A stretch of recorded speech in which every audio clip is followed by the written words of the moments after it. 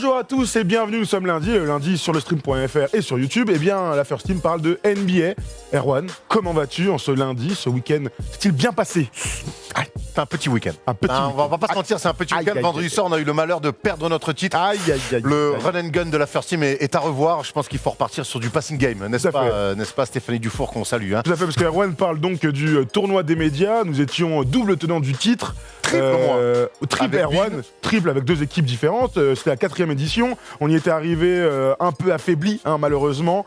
Et nous n'avons pas passé le cut pour aller en demi-finale. Et on l'a un peu mauvaise. Donc félicitations à Beansport qui est allé au bout. Bravo Rémi, hein, bravo Rémi. Mais on reviendra l'année prochaine encore plus fort pour récupérer notre dû. Ça te va, Erwan? Et j'espère qu'on sera un peu plus en forme parce que je nous ai quand même trouvé physiquement à la ramasse. Et 5-5 tout terrain, c'est dur. Et c'est le 3e jour depuis vendredi, donc et j'ai encore mal aux pieds et aux tendons. Donc il faudrait on soit un peu plus irréprochable physiquement. Ça se tient. Une pensée évidemment à Apollo, hein, qui a une licence lui en basket et qui n'a pas mis un tir. Hein. Apollo, on t'en veut énormément. Tu étais notre go-to guy. Ouais. Bon, ok, passons. Donc aujourd'hui, nous allons parler de 4 thèmes, 2 qui vont se rejoindre. D'abord la conférence Ouest, ensuite la conférence Est. On va parler de playoffs. On va vous parler des futurs brackets, hein, en fonction des classements dans 2-3 jours. Eh bien, nous en saurons plus sur les différentes, les head-to-head. Confrontations, puisqu'il ne reste que 3 jours de NBA. Mercredi soir, c'est la dernière journée de saison régulière. Donc ce sera l'occasion aussi de saluer les vieux comme Wade et Dirk Nowitzki. Dwayne Wade, justement, comment ça s'appelle? Il n'est pas derrière moi encore, mais Paul Pierce a dit qu'il avait eu une meilleure carrière que Dwayne Wade. On va en débattre parce qu'on n'est pas vraiment d'accord. C'est un très bon débat, je trouve. C'est un bon débat. C'est un très bon débat à voir. Et on finira avec la NCAA, puisque ce soir, lundi soir, il y a la finale du Final Four de la March Madness. Donc évidemment, un petit clin d'œil, on reviendra sur les demi-finales. Et ainsi de suite. Ça te va, Erwan? Super. Est-ce que tu es prêt à en découdre? Ouais, plus que vendredi, hein, en tout cas. plus que vendredi, tu m'étonnes. C'est parti, les amis. Premier thème, on va dans la conférence Ouest. They do have a timeout. Decide not to use it. Curry, way downtown. Bang! Bang! La conférence Ouest connaît ses 8 qualifiés pour les playoffs. Alors tant mieux. Mais le 6e, le 7e et le 8e, voilà, nous voyons les 8 de la conférence Ouest. Le 6e, donc Oklahoma, le 7e, San Antonio et les Clippers en 8e position ont exactement le même nombre de victoires. Donc difficile de savoir qui va se qualifier en 6e, 7e, 8e. Et ça a beaucoup d'importance puisque les 6 premiers sont plutôt figés. On est d'accord, Erwan? A priori, le classement, on le connaît. Si tu peux me le remettre, s'il te plaît, mon polo, pour qu'on voit les 6 premiers de la conférence Ouest. Donc Golden State, hein, qui va encore rafler cette... Non, mais les dernières, c'est Houston qui était premier de la conférence. Attention à Utah. Denver, Houston. Attention à Utah qui peut être... mais après, ça sera... Il reste 2 matchs, hein. Ça sera pour l'avantage d'Utah. Ouais, mais il faut pas déconner. Je crois que Portland a un calendrier pas simple. On sait qu'ils sont affaiblis depuis le départ de Nurkic, même s'ils continuent à gagner des matchs, et c'est assez incroyable. Je sais pas qui a le petit l'avantage en cas d'égalité, parce qu'il y a aussi ça se trouve qu'ils sont déjà qualifiés en 4e position, et donc avantage du terrain. Bref, en tout cas, voilà, les 5 premiers sont qualifiés. On va s'intéresser donc aux Thunder, aux Spurs et aux Clippers pour savoir, en fonction de leur classement final, contre qui ils vont tomber. Ça te va? Très bien. Alors d'abord, Oklahoma qui est donc à 47 victoires, à 2 doigts d'approcher des 50 victoires. Alors regardez ce qu'on vous a concocté, à la fois le calendrier et donc leur futur classement. On va pas se mentir, le but d'Oklahoma, c'est d'éviter à la fois Golden State et éviter à la fois Houston et donc de finir 7e. Eh ben, moi je suis tout à fait d'accord avec ça. Je crois vraiment que ça va se jouer à rien. Mais si le Thunder termine 7e, je crois vraiment que ils peuvent faire un coup face à Denver, même si ce tableau montre qu'ils se sont fait laver 4 fois cette saison. C'est clair. C'est quand même assez incroyable. Mais alors, je sais que ça va pas plaire aux fans des Nuggets, et je l'entends complètement, mais je trouve que Denver a le profil parfait pour être un favori de playoff à se faire sortir au premier tour. Bien sûr. Moi, je pense que les Warriors, ils ne passent pas. Je pense que contre les Rockets, ça va batailler dur, mais ils ne passeraient pas non plus. Donc, j'ai vraiment... Alors après, c'est des calculs d'apothicaire et c'est pas forcément ce qui va le mieux au Thunder et à Russell Westbrook. Mais je trouve qu'une 7e place leur conviendrait beaucoup mieux. Voilà, une confrontation face aux Nuggets. En tout cas, le Thunder est donc sur une dynamique de 3 victoires d'affilée. Ils ont gagné contre les Lakers, ils ont gagné contre les Pistons, qu'on va évidemment défoncer dans quelques secondes parce qu'ils sont kata. Ils ont gagné contre Minnesota 132-126 avec un Westbrook à 27, 10 et 15 passes décisives. Il leur reste donc 2 matchs face à Houston et face à Milwaukee. Alors on peut peut-être imaginer que... les 2 équipes en face lâchent un peu ces 2 matchs-là, peut-être mettre Giannis au repos, donc 2 victoires espérées pour Oklahoma. Ça, ce qui est sûr, c'est qu'Giannis sera au repos. On a vu que là, les Bucks ne prendraient aucun risque. Ils ont bien raison. Minnesota, on a vu qu'ils jouent les matchs jusqu'à la fin. Houston et Milwaukee. Hein. Ouais, je sais. Ah oui. Mais il y avait un Ils ont gagné aussi. Ah oui, ils ont gagné hier. Oui. d'accord. Donc il n'était pas joué, pardon, autant pour moi. Donc Houston, ça va être. Houston, je pense que dans l'éventuelle future confrontation, on va pas avoir envie de se dévoiler non plus tactiquement. On est vraiment, tu vois, là, dans des petits calculs. Ouais, mais c'est important. Non, mais je sais que c'est important. L'incidence va être hyper Mais importante. moi, je suis jamais fan non plus de toujours calculer, dire là, on va le lâcher pour peut-être tomber là, alors que. Mais ça dépend qui le fait. Tu sais, parce que alors, Moi, je crois surtout- on a une grande théorie, tu sais- c'est qu'en France, on n'arrive pas à Voilà. calculer. Mais quand les Argentins, les Espagnols, les Italiens le font, eux, ça passe toujours à la fin. Moi, je crois surtout que le Thunder s'est mis dans la merde tout seul avec Ça, cette fin de saison, cette fin de saison et ce dernier mois de compétition catastrophique. Et je reste persuadé que face aux Warriors, face aux Rockets, ça ne passerait pas. Il faut qu'ils arrivent à tomber face à Denver. Même si c'est vrai qu'on les a vus en saison régulière se faire botter. 4-0. Se faire botter absolument. Donc, si toutes ces équipes gagnent leurs 2 derniers matchs, ou 3 derniers matchs pour Oklahoma, non, pardon. Bon, bref, admettons, s'ils arrivent avec le même bilan à la fin de la saison, donc Oklahoma serait 6e, les Spurs seraient 7e et donc tomberaient face à Denver. Allons justement du côté de San Antonio, on va voir leur petit calendrier et ce qu'il leur reste à nos amis des Spurs. Eux, leur but, c'est de bien finir cette saison et d'aller en playoff avec comme des morts de faim. Et en fait, le truc, c'est que avec l'arrivée de DeRozan, on était persuadé que cette équipe allait faire, je sais pas, 5e, 4e, 5e. Finalement, ils vivent un peu une saison en dents de scie et finir 8e, par exemple, et aller contre les Warriors, ce serait quand même une contre-performance. Je sais pas vraiment, parce que la conférence Ouest cette année, ça a quand même été la jungle. Alors certes, ça c'est les 8 qualifiés ont été clairs plutôt que dans la conférence Est, mais ça a été quand même une jungle et en soi. De perdre Kawhi Leonard, de perdre Manu Ginobili. D'être proche de 50 victoires, c'est important. Tony Parker, alors même s'il avait un rôle beaucoup moindre, Tony Parker qui part aussi, il y avait quand même. Tu vois ce que je veux dire ? En unanimité, tu perds Kawhi Leonard, Manu Ginobili et Tony Parker. Donc il y avait une forme de renouvellement. Et quand je vois la qualité des équipes de la conférence Ouest, en soi, pour moi, les Spurs se qualifier dans les 8. C'est assurer le taf. Tu vois, c'est le taf est fait. Sachant qu'ils sont à 47, qu'ils peuvent finir à 48 victoires, donc ça reste une bonne saison. Sachant qu'ils ont eu de gros problèmes sur le poste de meneur cette saison. On rappelle que Dejounte Murray s'est pété tout de suite et que White aussi a été absent longtemps et qu'il a fallu attendre son retour pour que cette équipe puisse commencer vraiment à des séries et gagner des matchs. Donc oui, saison dents de scie, mais ça peut s'expliquer par des départs à l'intersaison de mecs de cadres importants, par un gros problème sur le poste de meneur. Ouais. Aujourd'hui, voilà, les Spurs, c'est bien d'aller en play-off avec certains jeunes qui vont, pour le coup, découvrir avec des rôles bien plus importants que ce qu'ils ont pu connaître par le passé. Maintenant, voilà, c'est une équipe qui doit penser reconstruction. Un tour de play-off, peu importe contre qui ça sera forcément pour des Wright, pour des jeunes comme de l'apprentissage. Ouais, de donc on n'attend l'apprentissage. pas plus de cette équipe, du coup. Non. D'accord. Non, vraiment. Avec DeRozan et Aldridge, Oui, c'est mais quand même dingue de se dire mais je pense tu que vois. ça va être court vêtu par rapport à toutes les équipes que je vois. Quand je vois les potentielles oppositions, Warriors ça passe pas, Denver ça passe pas non plus. Denver, ils sont à 2-2 sur la saison. Ouais, je sais, mais je pense que pour moi Denver ça passerait pas et Houston ça passe pas. Voilà, je vois pas les Spurs faire un coup. Tu parlais ils vont arriver en playoff mort de faim. C'est pas une équipe de mort de faim. Ah, c'est vrai. C'est pas une équipe de mort de C'est faim les Spurs.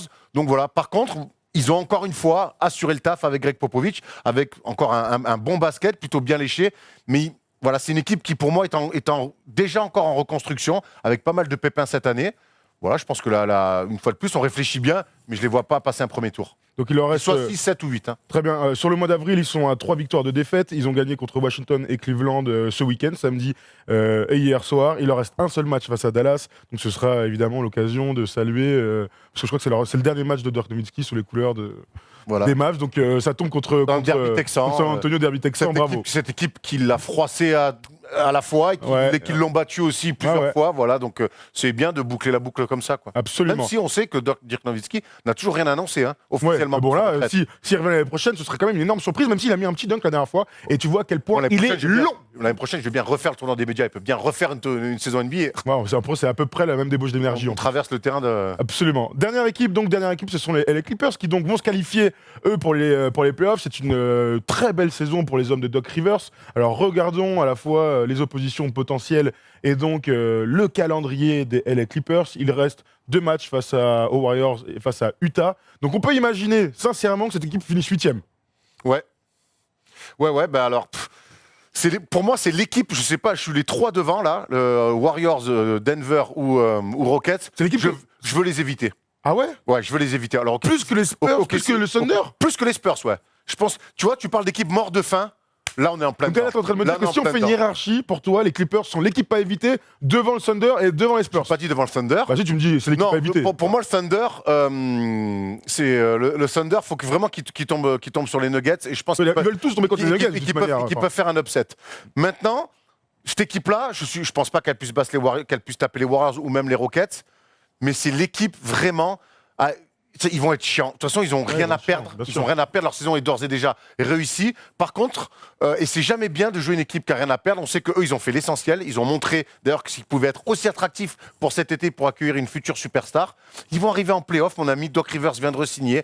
On a rarement vu une équipe des Clippers où tout va bien comme ça. Tous les voies sont au vert. Ils vont arriver, eux, pour le coup, tu parlais de mort de faim. Eux, ils vont arriver avec les dents comme ça. Et les Pat Beverley, les Montrezl Harrell, les Danilo Gallinari, c'est une équipe relou à jouer. Les Lou Williams, il va falloir s'y coller dessus. Ils n'ont rien à perdre. Et il n'y a rien de pire qu'une équipe comme ça qui n'a rien à perdre. Elle a Alors, déjà réussi sa saison. Alors, deux questions dans les commentaires, on vous lit en même temps. Alors, il y a deux pas types de d'accord avec questions. ça Non, je suis pas d'accord. Enfin, oui, ils vont être chiants. Attends, ils vont être chiants à jouer. Il n'y a aucun doute. Là, de toute manière, c'est que des bonnes équipes. En revanche, si je dois faire un classement, je mets OKC en premier, Oui. les Spurs en deuxième et les Clippers en Là, troisième. je te suis pas. Moi, je pense que je préfère. Je suis l'un des trois. Je préfère prendre les Spurs au premier tour que prendre les Clippers. Bah, j'aime beaucoup les Clippers, mais je pense qu'avec le talent qu'ils ont, donc avec leur duo DeRozan et Aldridge qui ont l'habitude des playoffs, Ça, je peux imaginer clairement que les Spurs soient une meilleure équipe. Tu vois, ça veut pas dire que les deux vont passer ou je sais pas quoi. C'est sûr qu'ils vont se faire sweeper tous les deux. Mais sur le principe, moi, ma hiérarchie, c'est OKC, c'est les Spurs en deuxième, et ce sont ensuite les Clippers. Dans les commentaires, je regarde un peu. Les Lakers font peur, eux aussi. Ouais, ils font peur, tu m'étonnes. Mais à leurs fans. Ouais, Faut pas leur fan. ils me font mal au cœur. Ils font mal au cœur. Noman nous dit les Clippers n'ont aucun franchise player et durant les playoffs, ce sont les grands joueurs qui font la différence. Alors- Lou Williams quand même. Oui, d'accord, mais là, il va loin. Oui, on ne parle pas d'une finale de conf pour les Clippers, Non, ou c'est même sûr. d'une finale NBA.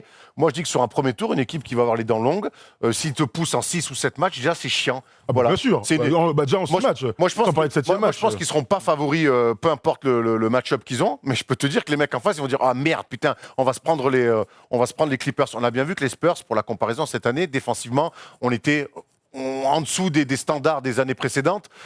C'est une équipe qui fait moins mal. Tu parles d'Aldridge, oui, et sur le talent d'attaque. Tu parles de DeRozan, oui, sur le talent d'attaque. Bien sûr. Mais là, en playoff, ça va un petit peu plus maillotcher. Et on a vu que cette équipe, cette année, les Spurs avaient un peu plus de mal à être dans la maillotche, à être dans le combat. On sait que les playoffs, avant tout, c'est un combat. Ouais, ouais. Et je trouve que dans le combat, les Clippers, je préfère Ils ont plus m'envoyer les d'armes. Spurs, ont plus d'armes pour envoyer du maillotche. Alors peut-être que le talent, peut-être, avec peut-être. deux leaders bien établis qui sont DeRozan et Aldridge, mais vas-y, en face, ça va envoyer clairement du bois. Il y a Yemial qui nous dit les Spurs ont un gros avantage. C'est le coach, évidemment, c'est Popovich. En face, il y a Doc Rivers qui coach les Clippers, c'est pas dégueulasse non plus. Pas Hein. dégueulasse, mais bon, il y a avantage a Popovich priori. qui a 2 matchs d'ailleurs de devenir le meilleur coach avec le meilleur bilan de toute l'histoire. Pas mal. Bravo. Pas mal. On continue sur les petits commentaires. DeRozan et Aldridge n'ont pas été ouf en playoff, c'est vrai.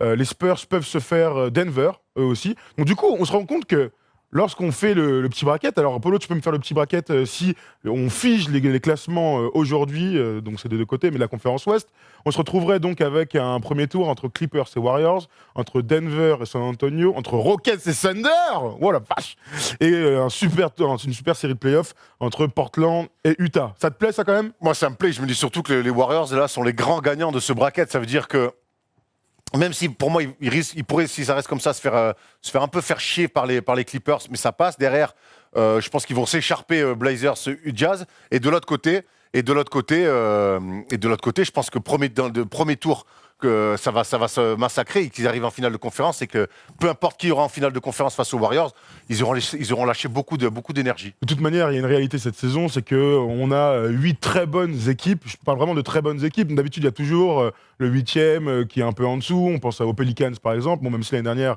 ils sortent Utah, je pense plutôt à 2 ou 3 ans, ouais, 4-0. Mais je pense, tu vois, il y a toujours une petite équipe.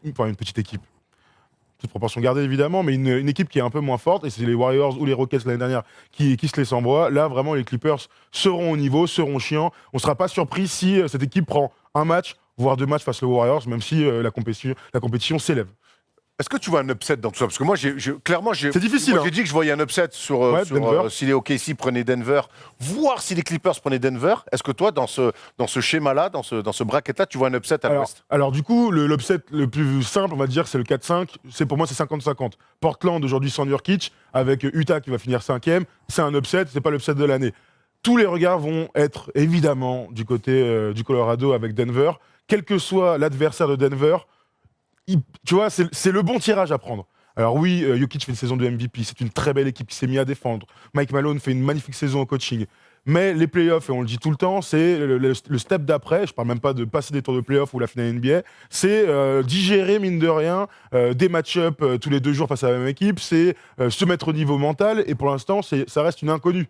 Alors ils ont pour eux le fond de jeu, ils ont la profondeur de banc, ils ont le coaching.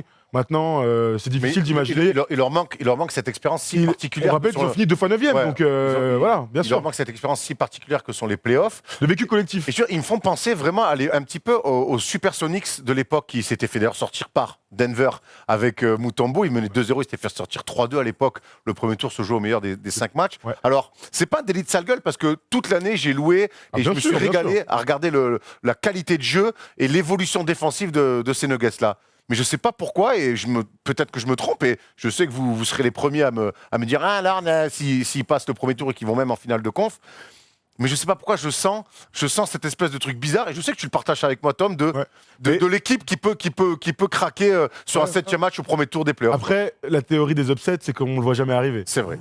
Et que là, on le voit tellement arriver qu'ils vont nous surprendre, ils vont sweeper les gars en face. Et là, je vais prendre l'avalanche de tweets, on va me dire « Ah non hein. !» C'est pas grave. Allez, un dernier commentaire de Yemial qui nous dit le Jazz a vraiment sa chance face à Portland, surtout qu'avec la blessure de Nurkic, Kanter peut se faire bouffer par Gobert.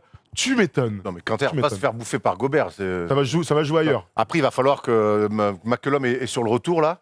Ils ont pas. Il y a beaucoup d'absents, même à Utah, les Rubio, les machins, ils n'ont pas pris trop de risques avec McCollum. Il va surtout falloir un petit peu avec ce qu'avaient fait les Pelicans l'année dernière, c'est être très fort défensivement sur Lillard et McCollum. On se souvient que Jrue Holiday et Rajon Rondo avaient complètement annihilé l'attaque des Blazers en se mettant des bugne-à-bugne sévères sur Lillard et McCollum. Peut-être que notre ami Quinn Snyder peut s'en inspirer, même si défensivement, il n'a pas besoin de s'inspirer de qui que ce soit. Absolument. Voilà, on a fait le tour de la conférence Ouest. Alors, vous avez bien compris, 6e, 7e et 8e.